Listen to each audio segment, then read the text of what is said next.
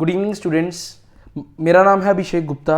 आज हम बात करने जा रहे हैं मास्टर केडर केमिस्ट्री एग्ज़ाम के प्रीवियस ईयर पेपर की, जो कि 2016 में कंडक्ट हुआ था। इस एग्ज़ाम के अंदर हम केमिस्ट्री पोर्शन के सभी क्वेश्चंस को आज डिस्कस करेंगे। इस एग्ज़ाम के अंदर 50 क्वेश्चंस केमिस्ट्री में से पूछे गए थे, 50 क्वेश्चंस फिजिक्स में से, 50 क्वेश्चन मैथ्स और सिमिलरली बॉटनी एंड जूलॉजी जिनके पास मेडिकल बैकग्राउंड था।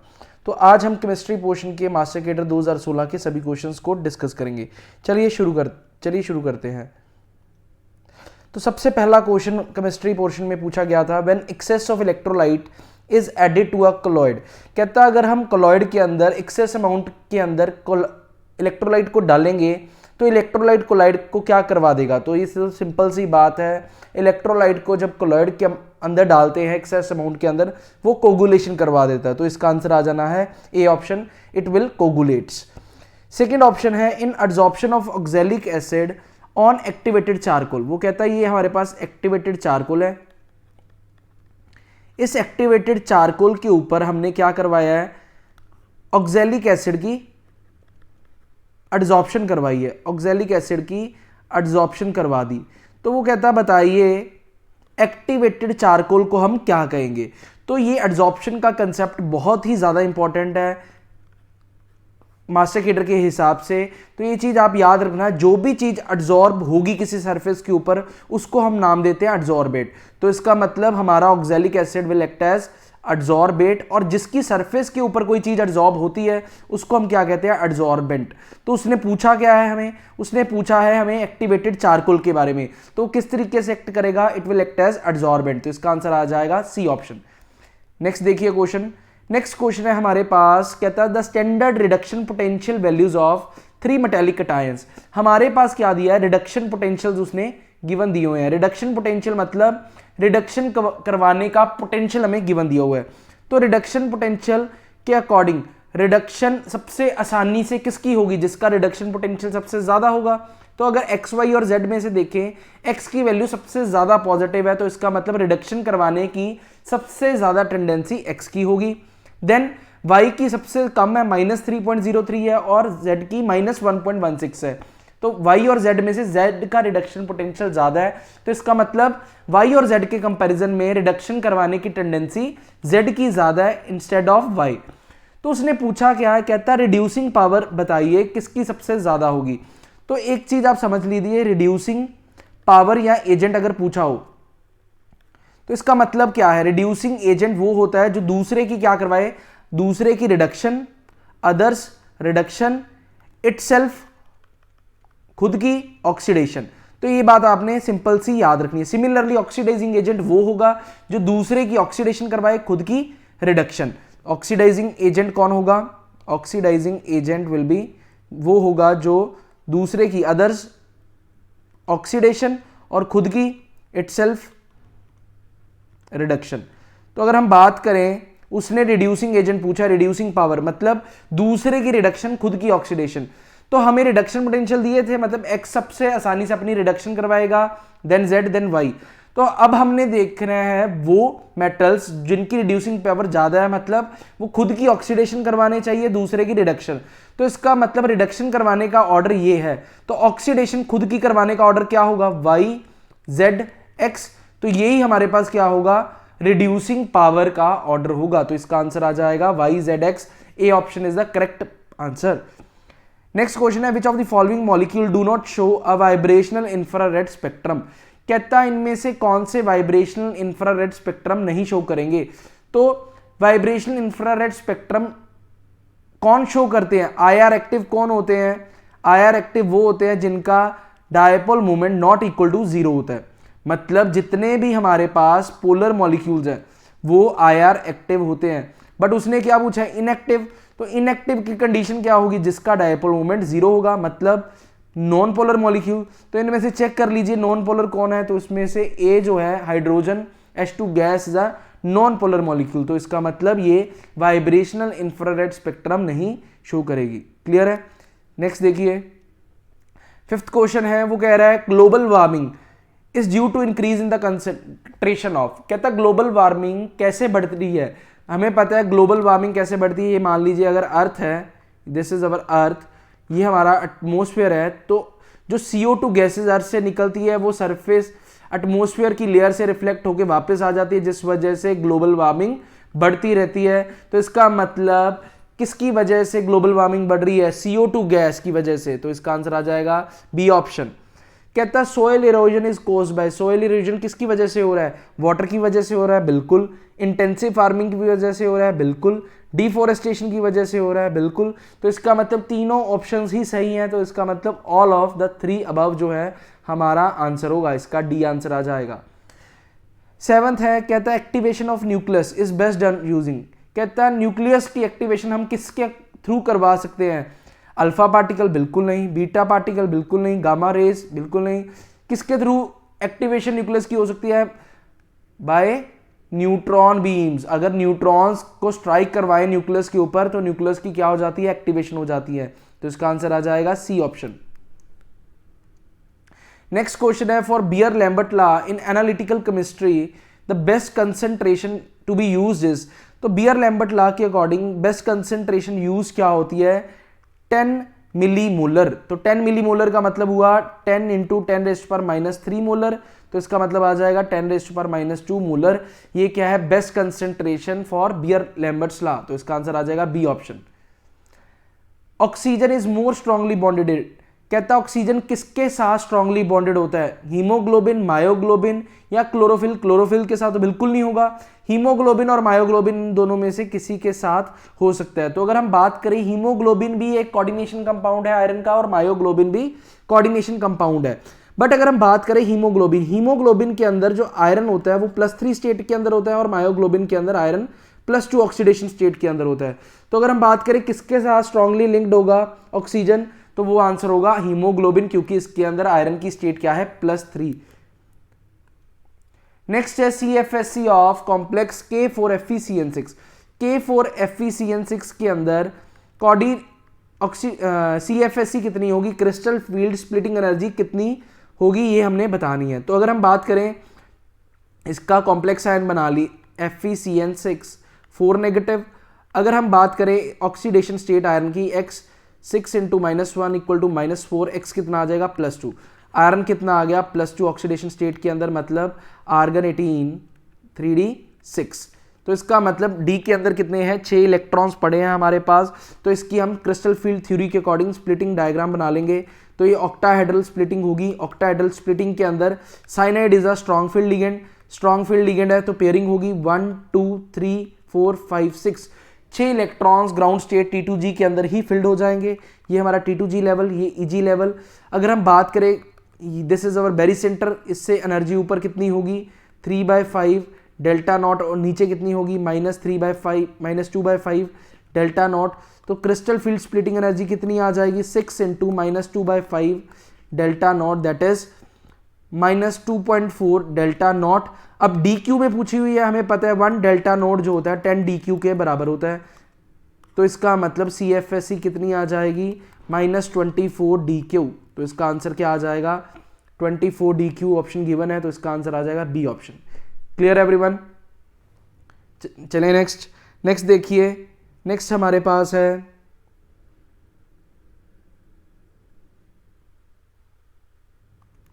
नेक्स्ट क्वेश्चन है हमारे पास, कहता है इन ट्रायंगुलर क्लस्टर। कहता है एक ट्रायंगुलर क्लस्टर है किसका? रुथीनियम का, जिसके साथ 12 कार्बोनिल जुड़े हुए हैं। कहता है ईच रुथीनियम हैज 2 RU-RU बॉन्ड। हर रुथीनियम के 2 रुथीनियम के साथ बॉन्ड बने हुए हैं, किस इस तरीके से।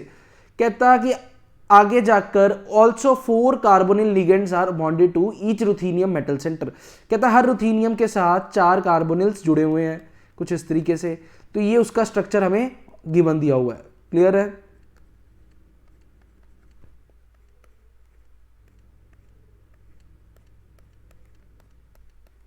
ये हमारे पास स्ट्रक्चर है। कहता है effective atomic number of each ruthenium metal centre. कहता है EAN बताना है हर एक रुथीनियम मेटल सेंटर का। तो अगर आप एक रुथीनियम मेटल सेंटर मान लें, किसी एक को मान लेते हैं हम, पेन कलर चेंज कर लें।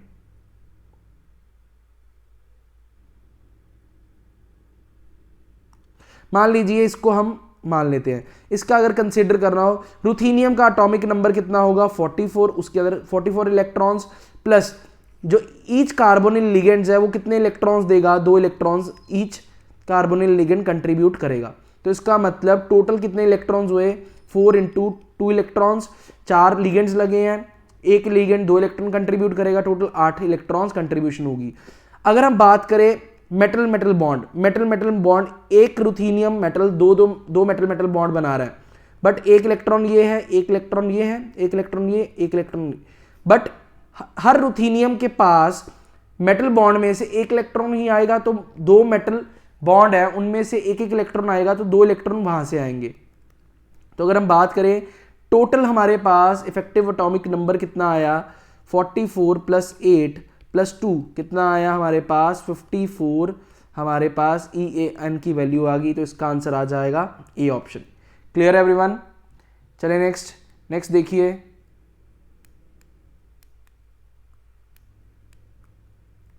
नेक्स्ट है हमारे पास the coordination number of uranium in NaUO2CH3COO thrice.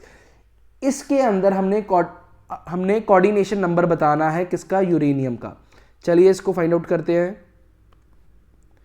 तो इसके अंदर अगर हम बात करें, अगर हम इस कोऑर्डिनेशन कंपाउंड को ब्रेक करें, डिसॉल्व करें, Na positive plus uranium O2CH3COO thrice negative, तो ये हमारे पास अनायनिक कॉम्प्लेक्स आयन बन गया, ये हमारा अनायनिक कॉम्प्लेक्स आयन बन चुका है। तो अगर हम बात करें कि हमारे पास कोऑर्डिनेशन नंबर कितना आएगा यूरेनियम का, तो अगर हम बात करें O2, 2 ऑक्सीजन लगे हैं, दीज आर मोनोडेंटेट लिगेंड्स, और जो हमारा एसीटेट है ये हमारा बाइडेंटेट लिगेंड है। ये कुछ इस तरीके से जुड़े होंगे, 2 ऑक्सीजन है और 3 एसीटेट है, एक एसीटेट कुछ इस तरीके से जुड़ा होगा, 3 एसीटेट कुछ इस तरीके से जुड़े होंगे।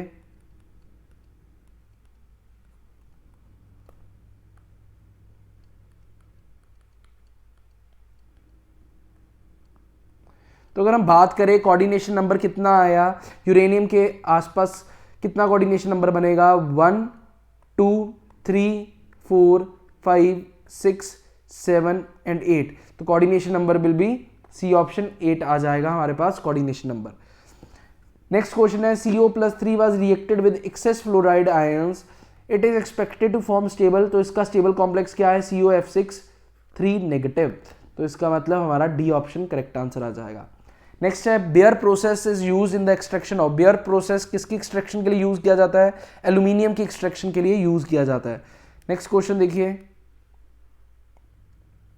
नेक्स्ट क्वेश्चन है हमारे पास प्लास्टर ऑफ पेरिस का फॉर्मूला, प्लास्टर ऑफ पेरिस है CaSO4.12H2O, तो इसका मतलब ए ऑप्शन हमारा POP का फॉर्मूला बन जाएगा। Ozone in the upper atmosphere absorbs harmful, कौन सी रेडिएशंस ओजोन लेयर अब्जॉर्ब कर लेती है, तो हमें पता है कौन सी रेडिएशंस होती हैं, वो UV रेडिएशंस। नेक्स्ट बात करें हम, नेक्स्ट हमारे पास है फोस्जीन का फॉर्मूला, फोस्जीन इज COCl2, तो इसका मतलब B option is our correct answer. Next हमारे पास है IR spectrum of water is expected to show, IR spectrum, पानी का IR स्पेक्ट्रम जो है हमारे पास 3 IR बैंड्स शो करता है, ये ऑलरेडी मैंने एक्सप्लेन किया हुआ है प्रीवियस वीडियो के अंदर।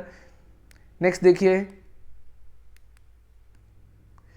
The UV spectrum of acetaldehyde shows prominent bands due to, कहता है जो एसिटल्डिहाइड है दैट इज CH3COH, कहता है कौन कौन से बैंड शो करता है, तो हमें पता है एसिटल्डिहाइड के अंदर नॉन बॉन्डेड इलेक्ट्रॉन पेयर्स भी हैं ऑक्सीजन के ऊपर और पाई बॉन्ड भी है, तो ये N2 पाई स्टार और pi to pi star bands exhibit करेगा, तो इसका मतलब इसका आंसर आ जाएगा C option.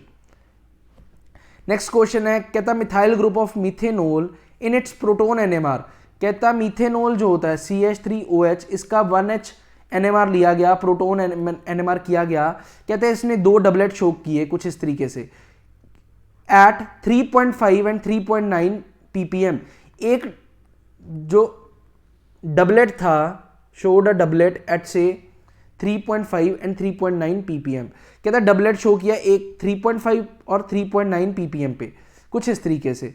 If NMR pro frequency, operating frequency दी हुई है NMR की, स्पेक्ट्रोमीटर की ऑपरेटिंग फ्रीक्वेंसी कितनी है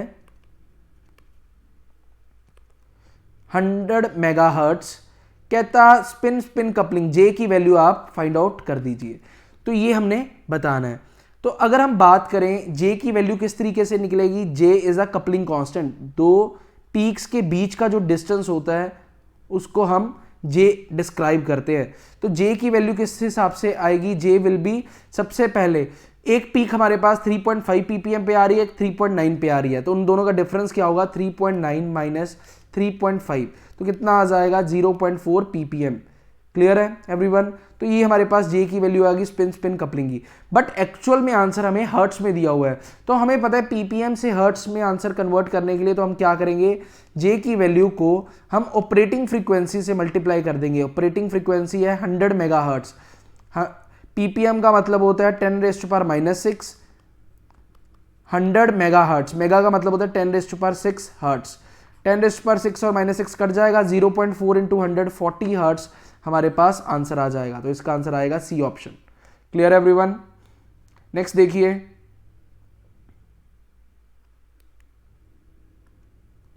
नेक्स्ट है हमारे पास the reduction of diphenyl acetylene.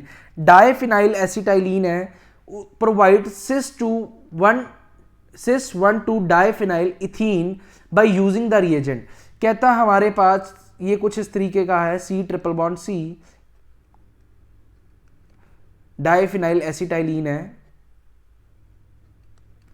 इसके अंदर अगर हम क्या करते हैं, कहता कि कौन सा रिएजेंट डालें ताकि हमारे पास प्रोडक्ट जो है वो सिस प्रोडक्ट बने, कुछ इस तरीके से।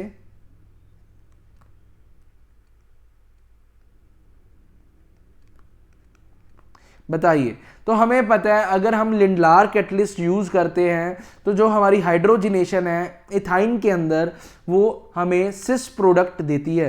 तो इसका मतलब इसका आंसर आ जाएगा बी ऑप्शन। अगर हम बात करें, अगर यहाँ पे सिस की जगह ट्रांस पूछा होता तो हम liquid ammonia in the presence of ethanol use करते, तो हमारे पास as a trans product appear होता। नेक्स्ट है हमारे पास trans dihydroxylation of alkene. Alkene CH2 double bond CH2, इसके अंदर ट्रांस डाइहाइड्रोक्सिलेशन मतलब दो OH जो है कुछ इस तरीके से, अगर हम एल्कीन कोई मानते हैं, ये कोई एल्कीन ले लीजिए, इसके अंदर हमने दो OH कुछ इस तरीके से लगाने हैं।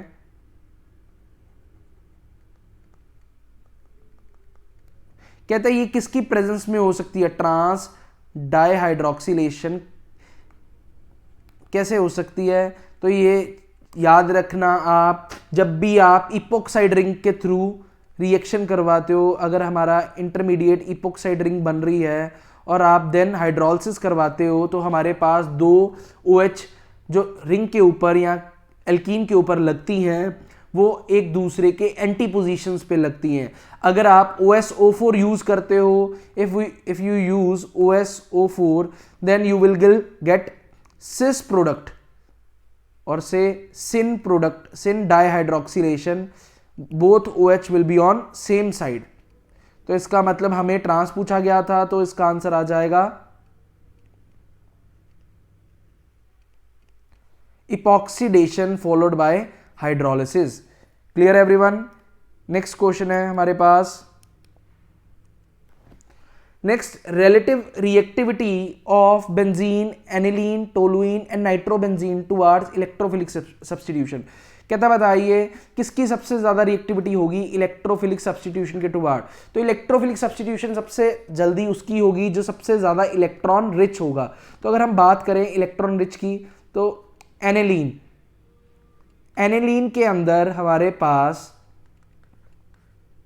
कौन सा इफेक्ट शो हो रहा है, +R इफेक्ट शो हो रहा है, जिसकी वजह से रिंग जो है इलेक्ट्रॉन रिच बन जाएगी।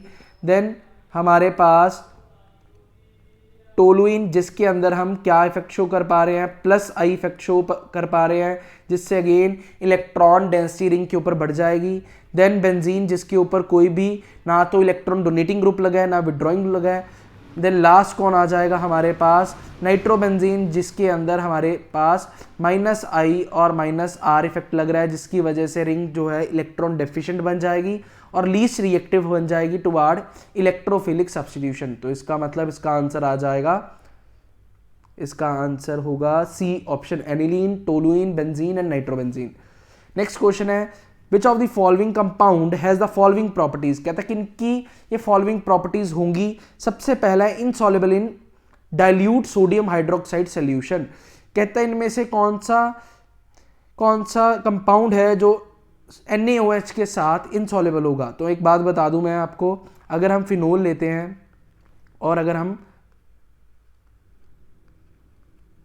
इथेनॉल ले लें, तो अगर हम बात करें डाइल्यूट NaOH के साथ रिएक्शन करवाने की, तो हमारा जो इथेनॉल है वो रिएक्शन करवा लेता है, वाइल फिनोल रिएक्शन नहीं करवाता। तो अगर हम बात करें फर्स्ट वाले की, insoluble in dilute sodium hydroxide solution, तो वो कौन होगा, it will B A option, जो कि क्या होगा, इनसॉल्युबल होगा किसके अंदर, डाइल्यूट सोडियम हाइड्रोक्साइड सॉल्यूशन के अंदर। नेक्स्ट हम बात करते हैं on shaking with ethanolic silver nitrate gives precipitate. अगर इथेनोलिक सिल्वर नाइट्रेट के साथ उसको शेक किया जाए तो वो प्रेसिपिटेट देगा। तो हमें इतनी बात पता है, अगर हेलो अल्केन है, हेलो अल्केन के अंदर अगर हम बात करें हेलोरीन्स की, हेलोरीन्स जो है हम कभी भी अपना हेलोजन नहीं सब्स्टिट्यूशन करवाती, क्योंकि उनके अंदर पार्शियल डबल बॉन्ड होता है। तो अगर आप बात करें जिनके ऊपर हेलोजन डायरेक्टली रिंग के साथ जुड़ा हुआ है, वो इलेक्ट्रोफिलिक सब्स्टिट्यूशन या न्यूक्लियोफिलिक सब्स्टिट्यूशन की बात करें वो बिल्कुल नहीं करवाएंगे। तो इसका मतलब सी ऑप्शन नहीं करवाएगा। Out of A and B इसका आंसर क्या आएगा, ए ऑप्शन आ जाएगी। Clear everyone. नेक्स्ट है हमारे पास product of reaction of pure HBr with pure propene. Propene is CH3 CH double bond CH2। इसके साथ HBr की रिएक्शन अगर करवाएं तो हमारे पास क्या बनेगा, मार्कोनिको रूल यूज हो जाएगा और Br कहाँ लग जाएगा, सेंटर पे लग जाएगा, यहाँ पे सेकेंड पोजीशन पे, बिकॉज हमारा इंटरमीडिएट सेकेंडरी कार्बोकेटाइन सेंटर पे बनेगा। तो इसका आंसर आएगा 2 ब्रोमो प्रोपेन। कहता है कि इलेक्ट्रोफिलिक अटैक के टुवार्ड सबसे ज़्यादा रिएक्टिव कौन सा एल्कीन होगा। अगर हम बात करें 2 मिथाइल प्रोपीन बना लेते हैं सारे, CH3 CH3 CH2 CH3 CH double bond CH2 CH3 CH2 double bond CH2 और propanoic acid CH3 CH2 COOH propanoic, कुछ इस तरीके से। तो देखिए जो एल्कीन सबसे ज़्यादा इलेक्ट्रॉन रिच होगा वो सबसे ज़्यादा रिएक्टिव होगा टुवार्ड्स इलेक्ट्रोफिलिक अटैक। तो सबसे ज़्यादा रिएक्टिव कौन होगा, 2 मिथाइल प्रोपीन, क्योंकि इसके अंदर 2+ I ग्रुप्स लगे हुए हैं, देन प्रोपीन, देन इथीन, और सबसे लास्ट में प्रोपेनोइक एसिड, बिकॉज इसके अंदर क्या लगा हुआ है, एक COH ग्रुप लगा हुआ है जो एक इलेक्ट्रॉन विड्रॉइंग ग्रुप है। तो इसका आंसर आ जाएगा A option. Clear everyone. Next देखिए क्वेश्चन। नेक्स्ट क्वेश्चन है in cyclopentane, if cyclopentane reacts with excess chlorine at high temperature, how many dichloropentanes would you expect to be obtained as product. कहता है कि अगर आप cyclopentane को access of chlorine के साथ रिएक्ट करवाते हो हाई टेम्परेचर के ऊपर, साइक्लोपेंटेन कुछ इस तरीके का होता है, क्लोरीन के साथ रिएक्ट करता है, तो बताइए कितने पॉसिबल प्रोडक्ट्स आपके पास अवेल हो सकते हैं। तो ये क्वेश्चन मैं आपके ऊपर छोड़ रहा हूँ, बहुत इजी क्वेश्चन है, मैं आगे वाली वीडियोस में भी करवाया हुआ है ये। तो इसका आंसर आप कमेंट बॉक्स में टाइप कीजिए। नेक्स्ट क्वेश्चन है in DNA the complementary bases are. Complementary bases DNA के अंदर कौन कौन से कॉम्प्लीमेंट्री बेसिस होते हैं। 2 मिनट पॉज कीजिए और आंसर बताइए कौन सा होते हैं।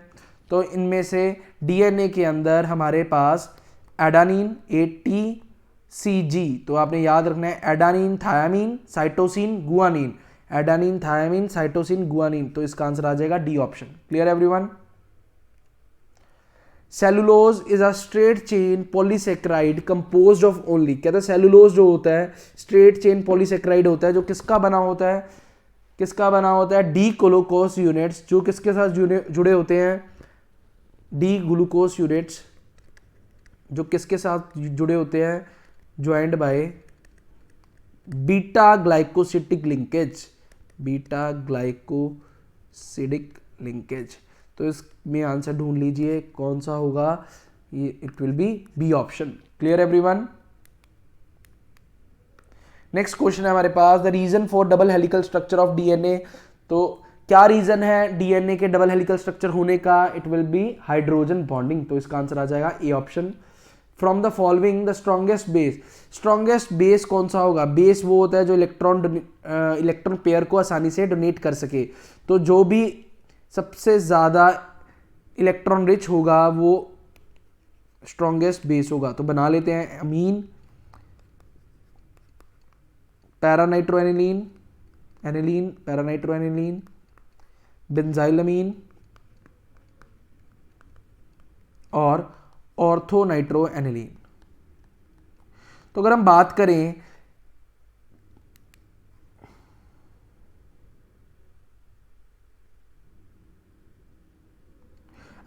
करें बी और डी ऑप्शन की, बी और डी के अंदर नाइट्रो ग्रुप लगाओ जो कि इलेक्ट्रॉन विड्रॉइंग ग्रुप है। ये तो इलेक्ट्रॉन पेयर का डोनेशन डिफिकल्ट कर देगा क्योंकि रिंग को डेफिशिएंट बना देगा। तो ये तो स्ट्रॉन्गेस्ट बेस नहीं होंगे। तो रह गई ए और सी ऑप्शन। ए और सी में से अगर हम बात करें, ए ऑप्शन, उस एनिलीन के अंदर जो इलेक्ट्रॉन पेयर है नाइट्रोजन के ऊपर फ्री लोन पेयर है, वो रेजोनेंस के अंदर इन्वॉल्व होगा। रेजोनेंस के अंदर इन्वॉल्व होगा तो वो उसको डोनेट करना बहुत मुश्किल है। वाइल हमारे पास बेंजाइलमीन के अंदर जो लोन पेयर है वो कोई भी रेजोनेंस नहीं करवा रहा। अगर रेजोनेंस नहीं करवा रहा, वो फ्रीली अवेलेबल है फॉर डोनेशन। अगर वो फ्रीली अवेलेबल है for donation, it will act as strongest base. तो इसका मतलब सी ऑप्शन बेंजाइलमीन जो है हमारा स्ट्रॉन्गेस्ट बेस होगा। नेक्स्ट चलिए, नेक्स्ट क्वेश्चन है द एक्सपेक्टेड प्रोडक्ट। कहता है एक्सपेक्टेड प्रोडक्ट क्या होगा, एनिलीन दिया हुआ है तो हम बना लेते हैं। एनिलीन है, अगर इसकी रिएक्शन हम एसिटिक एनहाइड्राइड के साथ पहले करवाएं, CH3 C double bond O COCH3, इसके साथ अगर रिएक्शन करवाए तो हमारे पास क्या होगा, ये वाला ग्रुप कुछ इस तरीके से, 2 मिनट,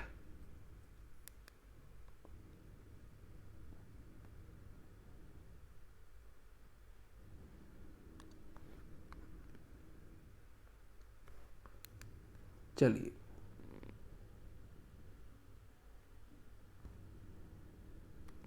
हाँ जी।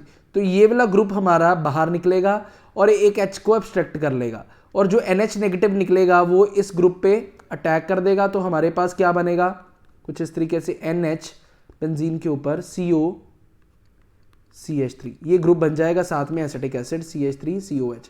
वो कहता है फर्दर आपने क्या करना है, ब्रोमीन ऐड करना है। तो हमारा जो NHCOCH3 ग्रुप है वो ऑर्थो पैरा डायरेक्टिंग ग्रुप है। वाइल नाइट्रोजन के ऊपर जो लोन पेयर लगा है वो ब्रोमीन को ऑर्थो पोजीशन पे तो आने नहीं देगा, वो ब्रोमीन कहाँ जाएगा, फिर पैरा पोजीशन पे जाएगा। तो लगा दीजिए Br पैरा पोजीशन पे, साथ में NHCOCH3। फर्दर आपने क्या करना है, एसिड की प्रेजेंस में हाइड्रोलिसिस करवानी है, वाटर डालना है। तो क्या होगा, हमारे पास NHCOCH3 ग्रुप की प्रोटोनेशन हो जाएगी। यहाँ पे क्या बनेगा, अमीन बन जाएगा, नीचे Br, साथ में CH3COOH बाहर हो जाएगा। और ये हमारे पास प्रोडक्ट क्या बना, हमारे पास प्रोडक्ट बना bromo aniline, para bromo aniline हमारे पास प्रोडक्ट बन गया। वाइल यहाँ पे पैरा पोजीशन मेंशन नहीं है, अकेला मेंशन है ब्रोमो एनिलीन। तो आंसर आ जाएगा B option. Clear everyone. Next question है the reagent use for separation of acetone and acetaldehyde. कहता एसीटोन और एसिटल्डिहाइड की सेपरेशन के लिए कौन सा रिएजेंट यूज किया जाता है। एक्चुअल में एग्जाम में ये होना चाहिए था एसिटल्डिहाइड की बजाय एसिटोफिनोन, ये होना चाहिए था एसिटोफिनोन। इसमें ग्रेस मार्क्स थे। एसीटोन क्या है, CH3COCH3 और एसिटोफिनोन होता है बेंजीन के ऊपर COCH3। तो अगर हम बात करें इन दोनों को कैसे सेपरेट आउट कर सकते हैं, तो NaHCO3 सोडियम बाइसल्फाइड डालकर हम इन दोनों को सेपरेट आउट कर सकते हैं। किस तरीके से, अगर एसीटोन के अंदर सोडियम बाइसल्फाइड डालें तो वो सॉल्युबल प्रोडक्ट बनाएगा, और सोडियम बाइसल्फाइड अगर एसिटोफिनोन में डालें वो इनसॉल्युबल प्रोडक्ट बनाएगा। तो इसका मतलब किसको यूज़ कर सकते हैं, ए ऑप्शन, सोडियम बाइसल्फाइड को हम इनकी सेपरेशन के लिए यूज़ कर सकते हैं। Clear everyone. नेक्स्ट देखिए, नेक्स्ट है हमारे पास एसिटल्डिहाइड प्लस फॉर्मेल्डिहाइड की हमने सबसे पहले NaOH डाल के देन हीट करवाना है, यानी कि एल्डोल कंडेंसेशन करवानी है। तो अगर हम बात करें CH3CHO प्लस HCHO, इसके अंदर अगर हम NaOH डालें तो क्या बनेगा, तो एल्डोल कंडेंसेशन होगी बेस की प्रेजेंस में। बेस क्या करेगा, अल्फा प्रोटोन एब्स्ट्रैक्ट करेगा, HC double bond OH, CH2 negative CHO, ये क्या करेगा, बेस यहाँ पे अटैक करेगा, CH2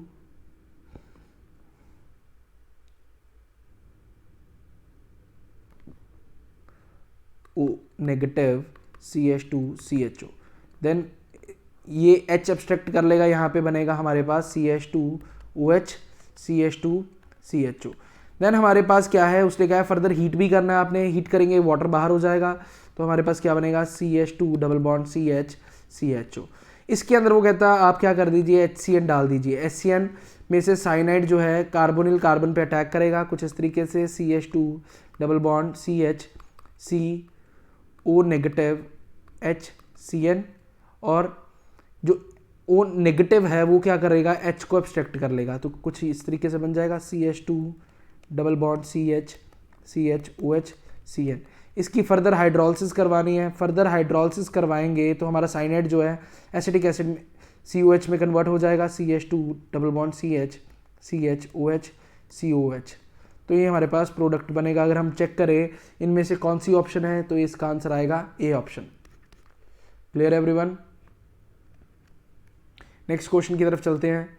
नेक्स्ट क्वेश्चन है हमारे पास, the product Z in the following sequence of reactions is. तो हमारे पास इथेनॉल दिया हुआ है CH3CH2OH, इसके अंदर फॉस्फोरस की प्रेजेंस में आयोडीन डाली, तो हमारे पास इथेनॉल से आयोडोइथेन बन जाएगा, CH3CH2 इथाइल आयोडाइड बन गया। इथाइल आयोडाइड के अंदर magnesium in the presence of ether डाला, तो हमारे पास ग्रिग्नार्ड रिएजेंट बन जाएगा, CH3CH2 MgI। देन इसको फॉर्मेल्डिहाइड के अंदर डालेंगे, HC डबल बॉन्ड OH, तो हमें पता है अल्काइल ग्रुप जो है पार्शियल नेगेटिव अटैक करेगा कार्बन के ऊपर, तो क्या बनेगा CH2O MgI, साथ में CH2 CH3।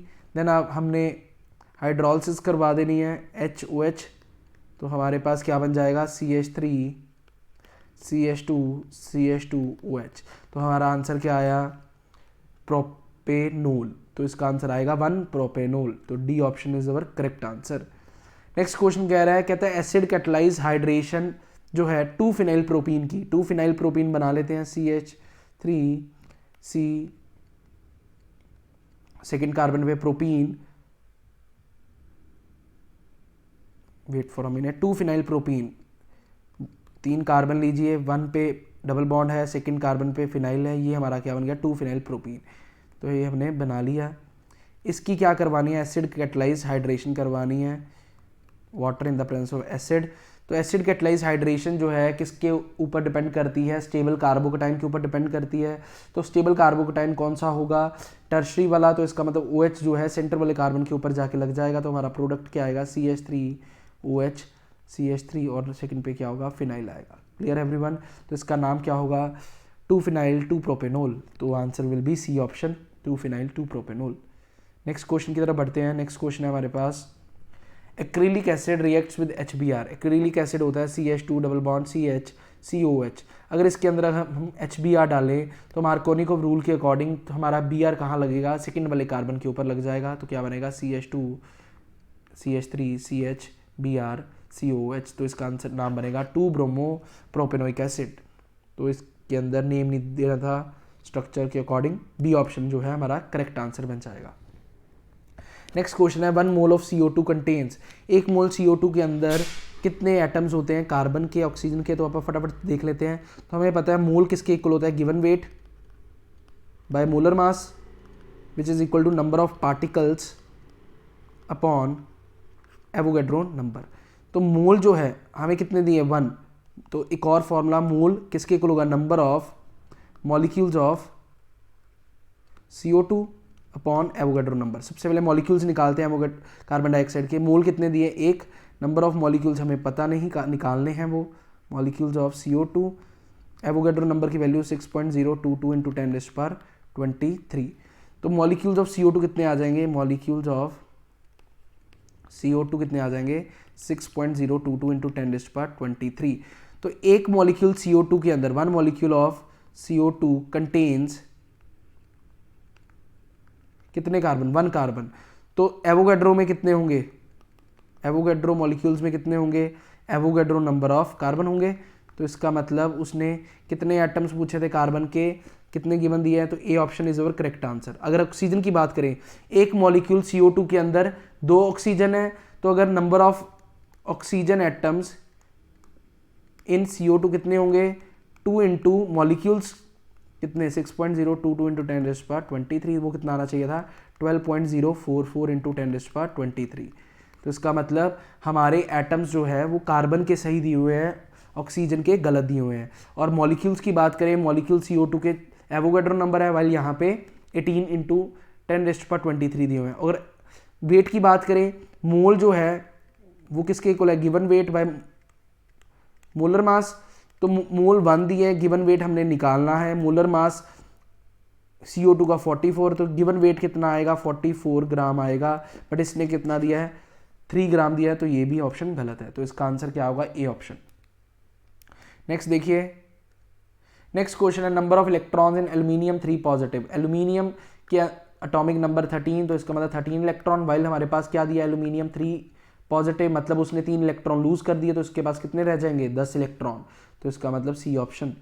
Structure of CuH2O4 2 positive, CuH2O4 2 positive का स्ट्रक्चर कुछ कैसा होगा, तो अगर हम बात करें CuH2O4 2 positive, copper 2 positive, copper 2 positive का मतलब आर्गन 18 3D9, तो 3D9 का मतलब हमारे पास कुछ इस तरीके से नो इलेक्ट्रॉन्स फिल कर देंगे हम। तो हमारे पास 4 लिगेंड लगे हैं, तो ये हमारा 3D के बाद 4s और 4s के बाद 4p। तो हमारे पास 4 लिगेंड्स अवेलेबल हैं, 4 लिगेंड्स को फिट करने के लिए हमें 4 ऑर्बिटल चाहिए होंगे, तो वो कौन से होंगे, एक s 3p। तो इसका मतलब इसका स्ट्रक्चर क्या होगा sp3, यानी कि टेट्राहेड्रल। तो बी ऑप्शन हमारे पास सही आंसर है। नेक्स्ट देखिए, नेक्स्ट है हमारे पास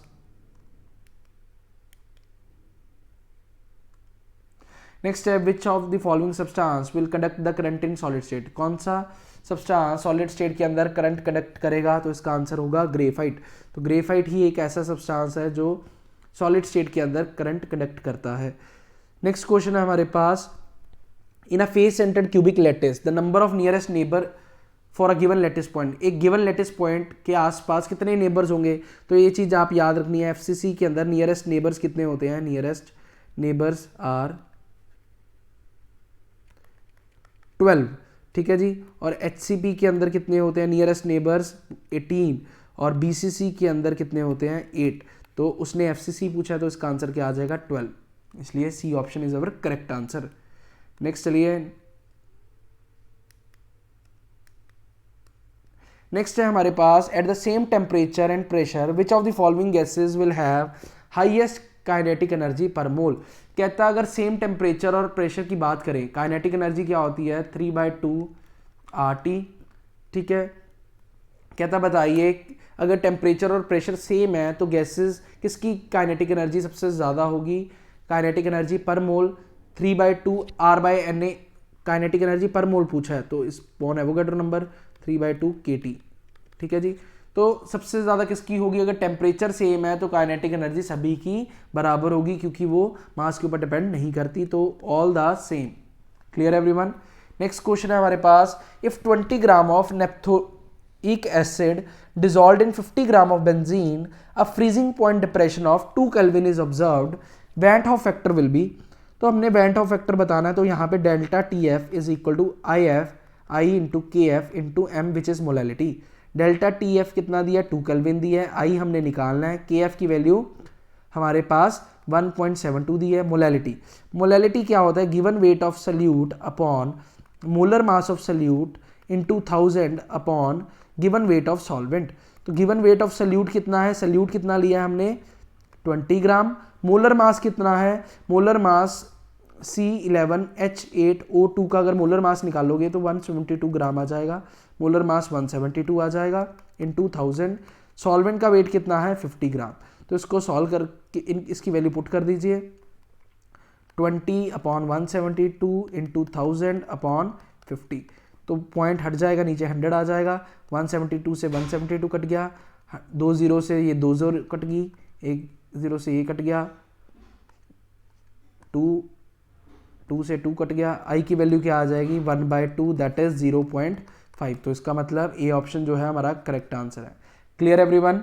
नेक्स्ट देखिए, नेक्स्ट है हमारे पास इन ऑस्मोसिस फिनोमिना।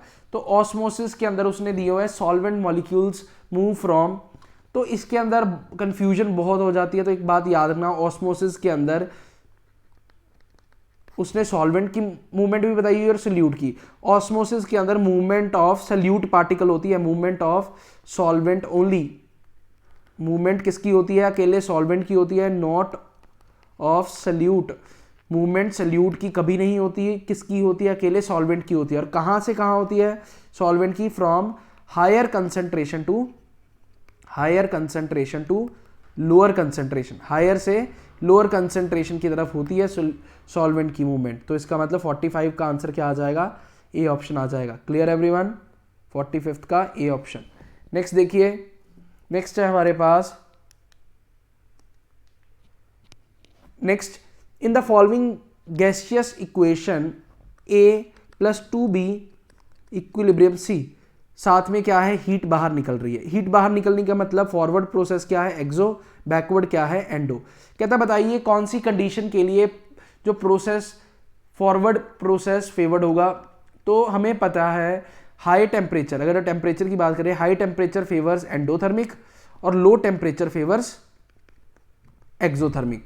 तो फॉरवर्ड प्रोसेस एक्सोथर्मिक है, तो टेम्परेचर कैसा लगाना पड़ेगा हमें, लो टेम्परेचर। तो टेम्परेचर तो क्या होना चाहिए, लो होना चाहिए। तो अगर हम बात करें रिएक्टेंट की, ये हमारे पास रिएक्टेंट है और प्रोडक्ट। रिएक्टेंट के अंदर मोल्स कितने हैं, 1 मोल ए का है, 2 मोल बी के। रिएक्टेंट के मोल है 3। प्रोडक्ट में कितने मोल हैं, 1 मोल है अकेला सी का। तो अगर हमने प्रेशर की बात करें, प्रेशर का इफेक्ट क्या होता है according to Le Chatelier. Le Chatelier क्या कहता है प्रेशर में, ली चैटलियर कहता है हाई प्रेशर, अगर हम प्रेशर बढ़ाते हैं तो इक्विलिब्रियम उधर शिफ्ट होता है जिधर नंबर ऑफ मोल्स कम होते हैं। तो फॉरवर्ड लेके जाने के लिए, फॉरवर्ड क्या हो रहा है, नंबर ऑफ मोल्स कम हो रहे हैं, तो प्रेशर क्या करना पड़ेगा, बढ़ाना पड़ेगा।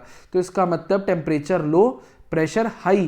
तो इसका मतलब आप ऑप्शन देख लीजिए, लो टेम्परेचर हाई प्रेशर। तो इसका मतलब सी ऑप्शन जो है हमारा करेक्ट ऑप्शन बन जाता है।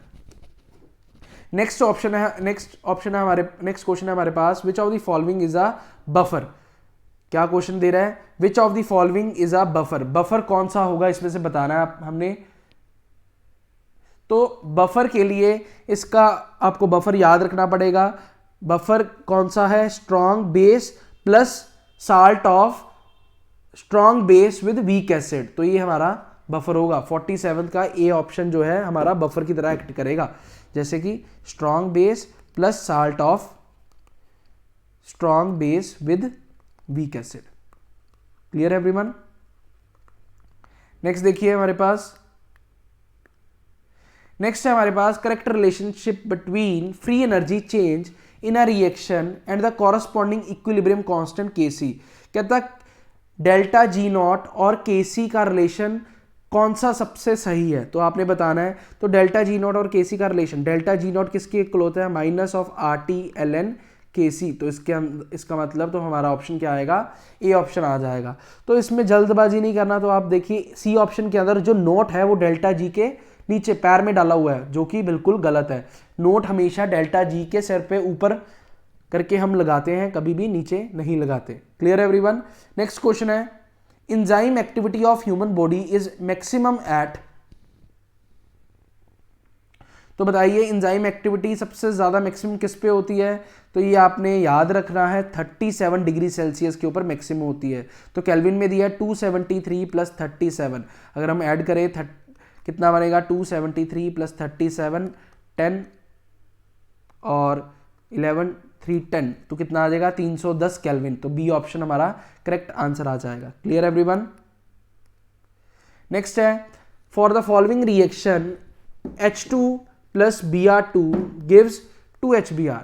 ये हमारे पास रिएक्शन दी हुई है, इसका रेट जो है थोड़ा सा टाइपिंग मिस्टेक है, इसका रेट जो दिया है KH2 Br2 की पावर क्या दिया है, हाफ दिया है। तो बताइए ऑर्डर क्या होगा। ऑर्डर क्या होता है, रेट लॉ के अंदर रिएक्टेंट्स की पावर का sum is equal to order. तो हाइड्रोजन की पावर 1 है, Br2 की पावर 1/2, कितना आ जाएगा 3.5 आ जाएगा, या 1.5 आ जाएगा, यानी कि 1.5। ठीक है जी, ये हमारा ऑर्डर आ गया। और मॉलिक्यूलरिटी क्या आएगी, कितनी स्पीशीज आपस में जाके रिएक्ट कर रही हैं, 2 स्पीशीज, मॉलिक्यूलरिटी कितनी आएगी 2 आएगी। तो मॉलिक्यूलरिटी 2 और ऑर्डर हाफ, तो इसका मतलब हमारा बी ऑप्शन जो है करेक्ट आंसर आ जाएगा। तो ये हो गया जी हमारा कंप्लीट मास्टर केडर 2016 का केमिस्ट्री पोर्शन। वीडियो अच्छी लगी हो लाइक शेयर सब्सक्राइब कीजिए। इसी तरीके से हमारे चैनल के ऊपर बाकी सभी कॉम्पिटिटिव एग्जाम्स, मास्टर केडर के सारे एग्जाम्स हो, लेक्चरर केडर के सारे एग्जाम्स हो, आरपीएससी के एग्जाम हो, जितने भी हमारे टीचिंग लेवल के एग्जाम्स हैं, lecturer cadre, professor cadre, master cadre, उन सभी के डिटेल्ड वीडियोस हमारे चैनल के ऊपर पड़ी हुई हैं। लाइक शेयर सब्सक्राइब कर दीजिए। Thank you very much.